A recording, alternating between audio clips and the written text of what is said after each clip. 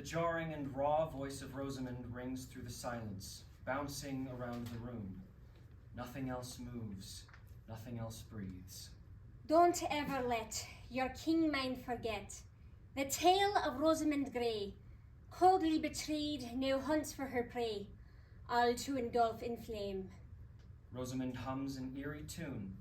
She is unseen, and the location of her voice is imperceptible as it engulfs the audience from every direction. The sound of water on stone joins her music. Drip, drip, drip. Lord Cyril and Lady Jane, you are hereby charged with high treason against Queen Elizabeth in the year of our Lord 1586 for your malicious and deliberate plot to overthrow the crown and place Mary Stuart of Scotland on the throne. You shall hereby be held in the Tower of London until a judgment on your fate is decided. Your verdict awaits. If found guilty, may God have mercy on your souls. The sound of heavy keys unlock two doors, which swing open, dragging along the floor. Footsteps drag and scuffle. Doors scrape shut. Lights rise on Cyril and Jane as they are each thrown into two separate cells. Cyril and Jane can hear one another through the cell wall. They rip off blindfolds and frantically scramble about their new quarters. Jane? Jane! Cyril! Are you there? Yes, I hear you. Oh, Jane, are you all right? Yes. Did they hurt you? No, I don't think so. Oh, Daddy, I cut my arm on the stone. It's bleeding everywhere. I need to stop the... What's that you're saying? God! God! God! The guard is unseen as we hear him unlocking the cell door. 2 seconds. You've been here 2 seconds and you're already griping. He enters Cyril's cell. What's the fuss? My arm. You blokes made me scrape my arm on the stone when you threw me in here. I need something to wrap it.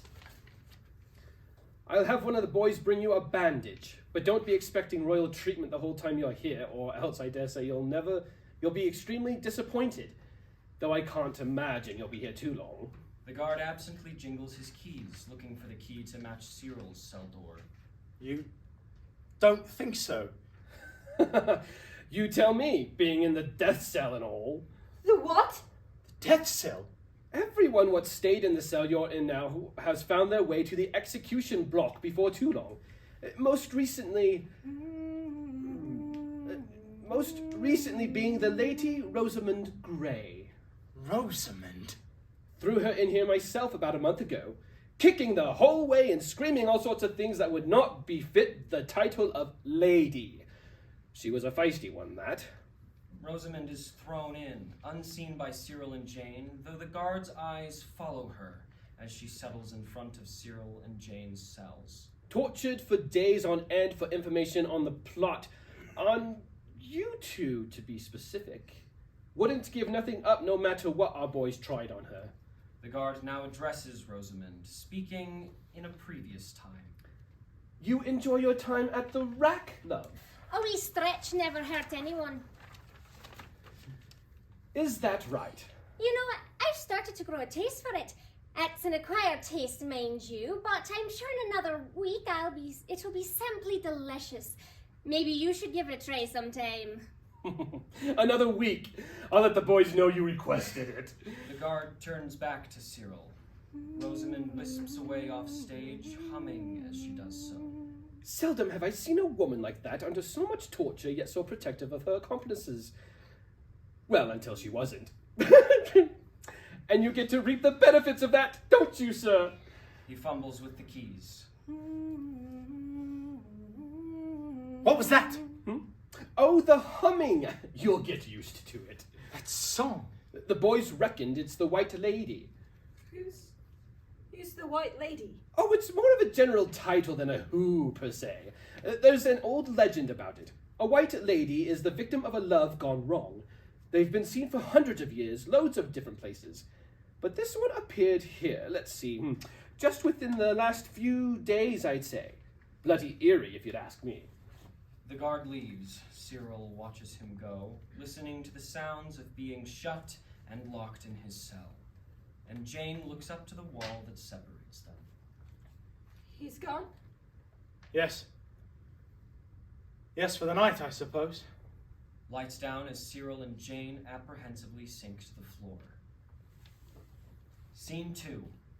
Rosamund hums a few notes which are heard around the room, originating from no distinct location and existing everywhere in the space.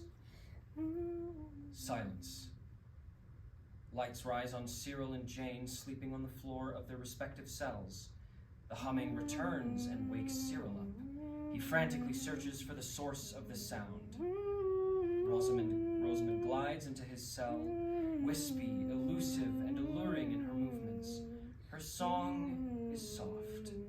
She sings as she engages with Cyril. Rosamund grabs his hand and he twirls her around, his arm injury forgotten. Once he does, they are laughing and dancing playfully together, as if in another time. No, that's not fair. What's not? You're being very cheeky, sir. Maybe you're just paranoid, darling. Stop jesting and tell me why you brought me here, or I'll cut the tongue out so you can't say anything at all. Now there's my little firecracker. I hate it when you call me that. Oh, sorry. I didn't mean to feed the flame. Ha ha ha. So, you big brute. Why are we here? Well, I thought I'd like a nice backdrop. For what exactly? Something picturesque. Cyril. I wrote you a song. Oh, you did you? Let's hear it then. Don't ever let your keen mind forget my love for Rosamund Gray. Give me your hand, I promise I'll stand beside my rosy flame. My hand? Well? Well, despite that being the cheekiest excuse for a love song I've ever heard, I'll marry you. How did it go? Don't ever let your keen mind forget your love for Rosamund Gray. Rosamund keeps humming the tune as she glides away. Cyril watches her leave as he slowly sinks back to the floor of his cell. Rosamund coyly waves behind her, disappearing as Cyril drifts back to sleep. Lights down. Scene 3. Rosamund's vocalizing is heard through the dark, again enveloping the audience, followed by desperate female cries and screams.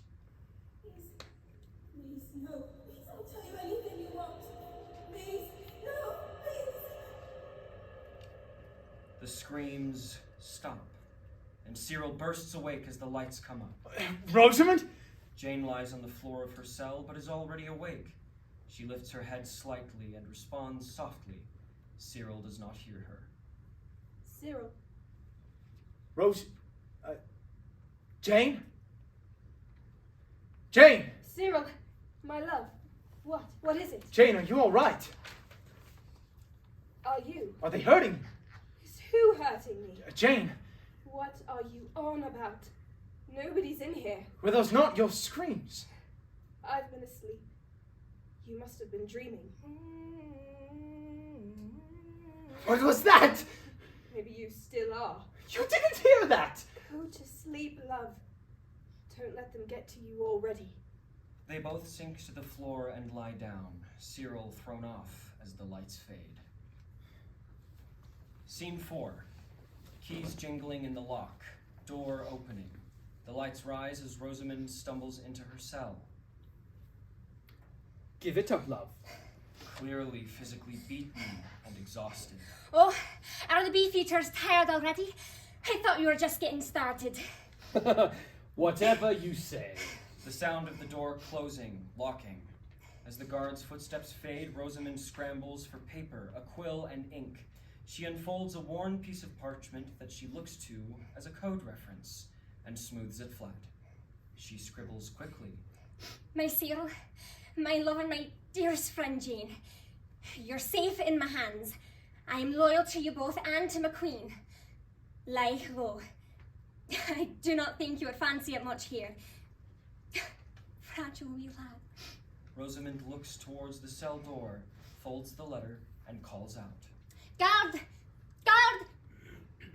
Hey, handsome! The keys jingle and turn in the lock from offstage. Handsome? I haven't heard that one in years. You're a right piece of work, you are. The door opens and the guard enters. What is it? Kindly deliver this to Cyril Belmont. If I were to open this, would I find an admission of his involvement in your little plot? If you were to open it, which would not be very gentlemanly, mind you, you wouldn't be able to read it. I'm not stupid. Unless you're some kind of genius with ciphers, but I don't reckon that's the case. I might be. He takes the letter. I'm going to have to hold this for a few days, dearie, but I'll send it out when I can. No, why can't you send it now? You fighting with the postmaster. I hear he's partial to biscuits. Just that. What with Lord Cyril travelling and all, I hear he won't be in a steady location till Wednesday. Lord Cyril? He's travelling? Deliver it to Lady Jane, then. She's a friend of mine. She'll get it to him. Well, no can do, miss. Lady Jane is with him. It's for their honeymoon. Their what? Got married last week. Suppose you wouldn't have heard about it. Come to think of it, announced their engagement the morning after you were chucked in here, didn't they? I heard about it right after we got the anonymous tip-off about your part in the plot. No, that's wrong. Even if neither of them had 2 halfpennies to rub together, they couldn't possibly get married or travel. Came into a sudden sum of money immediately. Used it to tie the knot. Cyril's voice rings through her memory. Don't ever let your keen mind forget my love for Rosamund Gray. Rosamund looks up, staring straight ahead, her face hardened and cold. Without looking at the guard, she holds out her hand. Miss? The letter. Didn't you say... The letter. The guard hands back the envelope. Well, if that's all you'll be needing, miss. He waits for a response, then grabs the keys from off his person and leaves the door. The door creaks closed and locks. Rosamund crumbles the letter without looking at it and lets it fall to the floor. I'll give them a lovely honeymoon. Lights down. Scene 5. Cyril and Jane sit in their cells. Cyril looks fearful. Darling? Jane looks up, but does not respond. Darling, Yes, love. do you think... It's been known to happen from time to time. Do I think about what, exactly? they're not really planning to send us... They won't really find us guilty, will they? Well, we are, aren't we? Well, sure. But with what they offered us, they can't go back on it. They just can't. It was a nice deal, wasn't it? Almost too good to pass up. Though I do feel sorry for Rosamund. What about her? Well, don't you? Don't I what? Feel sorry for her. She would have done the same to us. Clearly not. You got her letters. They'd been torturing her for days for information about us. She didn't give up a thing. Oh, really? Then how do you think we got in here? The dirt obviously came from her. Only after. She must have found out about us. That we must have been together behind her back and got the money to get married by turning her in. She wasn't stupid. And that worked out well for everyone, didn't it? We ended up in here anyway. I suppose that was that plan to begin with. Get evidence on her, then once they have her here, crack her to get evidence on us. Do you regret it then? I regret getting caught. Lights down. Scene 6. Keys turning in lock, cell door opening. Lights up on Rosamund stumbling into her cell and sitting down. She stares forward, her face hardened, determined. The guard follows in after her. Well, that was a change of pace, wasn't it? Got a fresh cut on you. They didn't have to do a thing. They said you were very compliant. Oh, Uncharacteristically so. all hail Queen Elizabeth. Miss? Long live Her Royal Majesty. You know what this means, don't you, miss? You gave them everything they wanted, all the information they asked for. There's nothing left to keep you, away from the block. Well, I suppose you do know. The guard turns to leave. Before he gets to the door, Rosamund hums her tune, barely audible. He pauses without turning around fully, but decides to keep going. Door closing, keys turning, lights fade. Scene 7. Lights rise on Cyril and Jane sleeping on the floor of their cells. Rosamund's song rings through the air, coming from no singular place, bouncing around the room. Cyril is awoken. He keeps listening for it, but it's stopped. He stands as if about to call out, but is cut off. Cyril. Cyril. Yes. Cyril, tell me about the wedding. The wedding. Our wedding. Tell you. You were there. I want to hear about it from you. Have you forgotten it already? Every detail. As you remember it. This feels like a test. Stop being fussy. All right. All right. Let's see. You were there, and I was there, and some other noble blokes we invited so we'd get some decent gifts. And... Is that all? What? You don't sound like you enjoyed it very much. Of course I did. You know I did. I had never seen you glowing so radiantly. Everything that day made me feel some sort of lightning, or spark. I don't know how to say it. But it's because every time I looked at you, I saw our future together. Or what I thought would be our future at the time, but that's what I mean. You were there, I was there. It's all I needed it to be. Sounds lovely. The way you talk about it. The way I talk about it. What, do you not agree?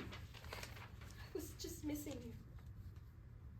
When I imagined my wedding day, I always saw Rosamund there. It's my maid of honor. We promised each other years ago. I didn't know it would go like this. Please. Please. Enough about Rosamund. What happened to forgetting about her? Never speaking of her again. Has that been so easy for you to do? It would be, if not with your obsession for bringing her up incessantly. So you've written her off already? Forgotten her? It's much better this way. I suggest you try it. Cyril moodily lies down for sleep, and after a moment of reflection, Jane does the same. A still hush builds. Then, from the back of the room, Rosamund sings her tune. She walks slowly up through the audience, her piercing song complementing her ghostly presence. She reaches the outside of the cells. Her voice is dreamlike, her presence sinister. Cyril wakes to the sound, which frightens him. He gets up to investigate and looks out the cell window to see a woman in white walking. The sight causes him to falter and stumble back. With apprehensive curiosity, he again approaches the window to look at her, squinting his eyes. The White Lady. Hey! Hey! That song! How do you know that song? You can hear me, can't you? Hello! Not that tune. Please, not that tune. Leave me alone. Leave me alone! Jane? Jane! God! God, please! Please, anyone, please! Please! He breaks into choked sobs and sits down, elbows on his knees and head in his hands. He pulls at his hair and wails. Make it stop! Make it stop! Make it stop! Stop! Stop! Footsteps are heard. Rosamund fades off stage. Cyril's face darts up towards the sound of the keys, and he stands quickly. The guard comes into his cell, unaware of any recent commotion. They've asked me to see if you have any lost grub requests. Now, between you and me, the cooks here don't know salt from pepper. But what can you do? Lost requests. We had an agreement. They came to me, and I told them everything they wanted. Exactly. There's nothing else they want from you now, I'm afraid. Well, if you don't want a meal... The guard pulls out his keys and leaves as Cyril desperately calls out. No, please! I can tell you more. I'll tell you whatever you want. We made a deal. We agreed! The cell door closes. Lights down. Scene 8. Lights rise on Rosamund as she sits on the floor of her cell. Keys turn in the lock, and the guard comes in. All right, miss. Miss, it's time. Rosamund slowly stands and turns with her back facing the guard. She does not stop singing. The guard steps closer to tie her hands behind her back and guides her forward. The guard steps back into the shadows, and a man with a black hood and an axe steps into the light towards Rosamund. The guard sets a wooden block in front of Rosamund, and she kneels before it. The axe raises up slowly. She looks forward, vengeance in her eyes, getting louder in her song. Don't ever let your keen mind forget the tale of Rosamund. Axe swings down. Blackout. Scene 9. Lights up on Cyril on the floor, hugging his knees, and Jane lying awake on her side. She looks forward, tracing invisible shapes on the ground with the tip of her finger. You're afraid to die. Aren't you? There's no reason for me to be. How can you say that? 1 John 4:18. There is no fear in love. But perfect love casteth out fear. Do you love me? You know I do. And what reason would I have to ask? I pledged that I would love you forever until the end. The same love you pledged to Rosamund. Jane. If your promises are worth anything, then you should still love Rosamund. What are you? No, I don't quite understand how you could love both of us. Unless you were lying and you don't love either. I wasn't lying! And do you still love her? I wasn't lying to you. That's trustworthy. I was in love with Rosamund Station. She was the daughter of an earl, and I was a mere gentleman. A marriage to her would have secured me rank and nobility, higher social and political influence, not to mention wealth. I tolerated her. Was infatuated with her at times, but I never loved her. I just told her what she wanted to hear. And so it was easy for you to take that bribe. Oh, yes. But I did that for us, Jane. Us. You are disgusting. Don't you love me anymore? How could I?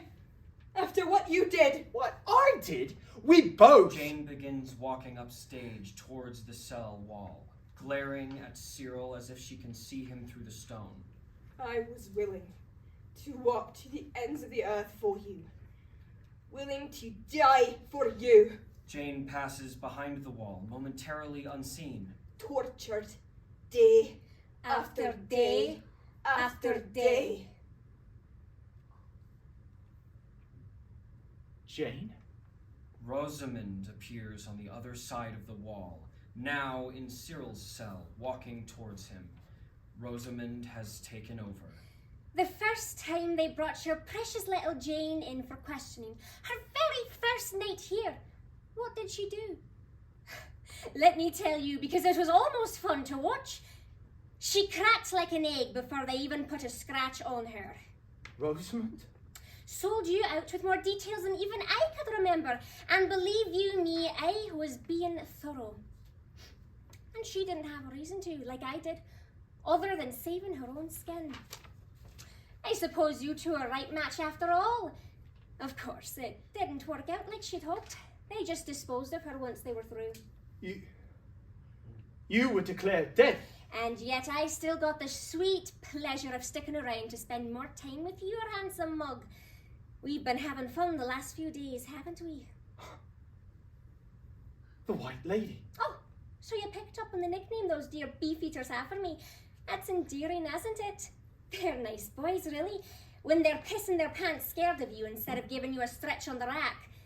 Not so brave when there's a pretty ghost lady strolling about, but I've grown quite fond of them anyway.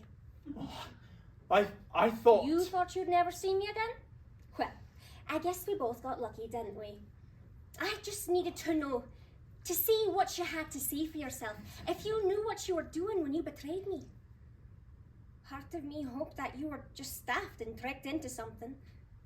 Once I saw that that was not the case, not the daft part, mind you, I wondered if you had any regret about what you did. I confess, it all came down to one kernel of curiosity, a single burning question. Whether you ever actually loved me. Rosamund, you must understand. I never would have even considered. But the second it was convenient, you deserted me. You deserted someone who was true to you for someone who would sell you out just as fast. Now I can let you meet your sticky end without any regrets myself. Rosamund. Now that you know, you chose poorly. The sound of footsteps and keys echo through the cell. Cyril looks towards the door, panicked. Rosamund starts singing and walking away as the guard enters the cell.